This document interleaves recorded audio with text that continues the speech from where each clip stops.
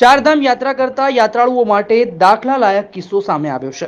નડિયાદની 10 મહિલાઓએ કેદારનાથ યાત્રા માટે કરાવ્યું હતી હેલિકોપ્ટરનું ઓનલાઈન બુકિંગ। એક ટિકિટની કિંમત 7,740 રૂપિયા લેખે તેઓએ નક્કી કર્યું હતું।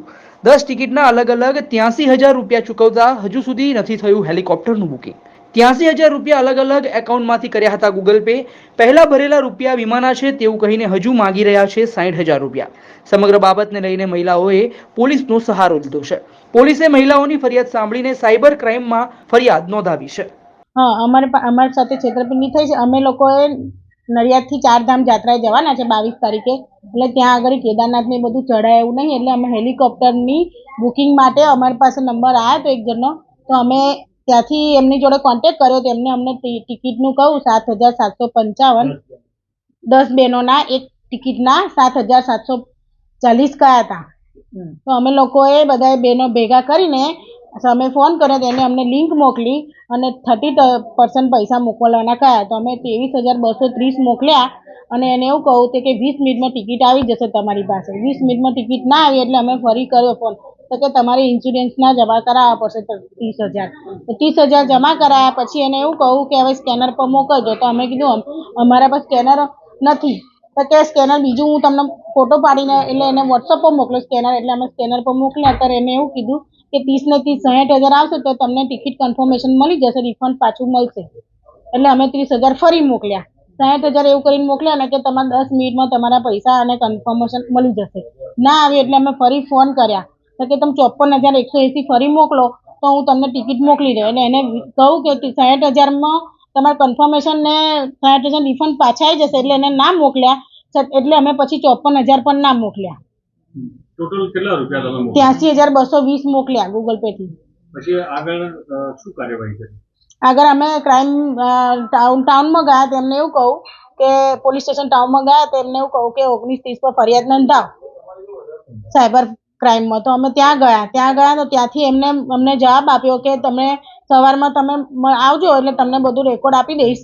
એટલે એ બધું કાગળિયાની કાર્યવાહી કરી કે 30,000 તમારા ઉપડી ગયા છે, હવે તમારું કશું થાય નહીં, કે અમે અહીંયાથી ખાતું બ્લોક કરાવીશું। ત્યાંની બેંક ક્યારે બ્લોક કરે એ ખબર નહીં, ક્યાંયથી એમાં ખબર પડી છે જ્યાં સુધી અમને કાગળિયામાં લિંક મળી છે તો 30,000 તો ઉપડી જ ગયા છે। હવે અમે અહીંયાથી ક્યારે ઉલ્લેખ કરીએ અને ત્યાં આગળ જાય ત્યાં સુધી તમારા પૈસા ઉપડી જાય, જય શ્રી કૃષ્ણ એવું કહી દીધું અમને।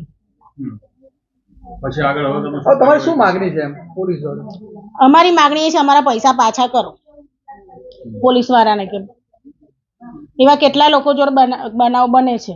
એનો ફોન ચાલુ છે કે બંધ છે? ચાલુ છે એનો ફોન।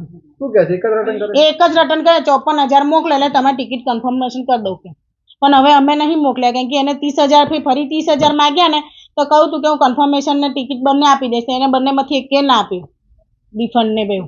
એમાં અમે ચારધામ જવાના હતા, હેલિકોપ્ટર બુકિંગ માટે અમે સંપર્ક કર્યો તો અમારું બુકિંગ થઈ ગયું અને પછી ચીટિંગ જ અમારી સાથે થયું। ફરી ઘડીએ પૈસા માંગ કર્યા, 3 વખત અમે પૈસા ભર્યા પણ છતાં અમારી ટિકિટ આવી નહીં।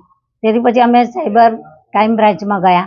ત્યાં અમે રાત્રે 1 વાગે ગયા હતા, 1:45 વાગે ત્યાં આગળ નોંધાયો કેસ। તો પછી એમણે સવારે અમને એસ્ટિમેટ આપ્યું કે તમારા આટલા પૈસા તમારા 30,000 રૂપિયા ઉપડી ગયા છે અને બીજા જમા છે। પણ પછી સવારે અમને એ ભાઈએ એવું કહ્યું કે આ કશું કોઈ હવે પૈસા આવે નહીં કે છે, એનો કોઈ મતલબ નથી કે છે કે આ બહુ લાંબી પ્રોસેસ છે।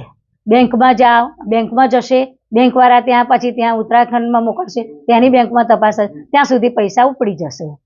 એટલે કે તમને પૈસા મળે કે એવું લાગતું નથી। ટોટલ કેટલી ટિકિટો તમે કરાવી? અમે 10 ટિકિટ કરાવી હતી। બરાબર। અને કેટલા રૂપિયાનું તમારી સાથે શૂટિંગ થયું? અમારે 83,000। I myself Sakshi Hiten Kumar Patel, student of class 11 science from Mothercare English Medium School. I was first ranker of my school in 10th standard and second ranker of Nadiad. Lead School helps in clearing concepts of every subject. For example, chapter of science was very lengthy and somewhat hard to understand. When we started it through the animated video provided by Lead, it was very easy for us to understand. So when the question related to that came in exam, which was complex, we were easily able to answer them.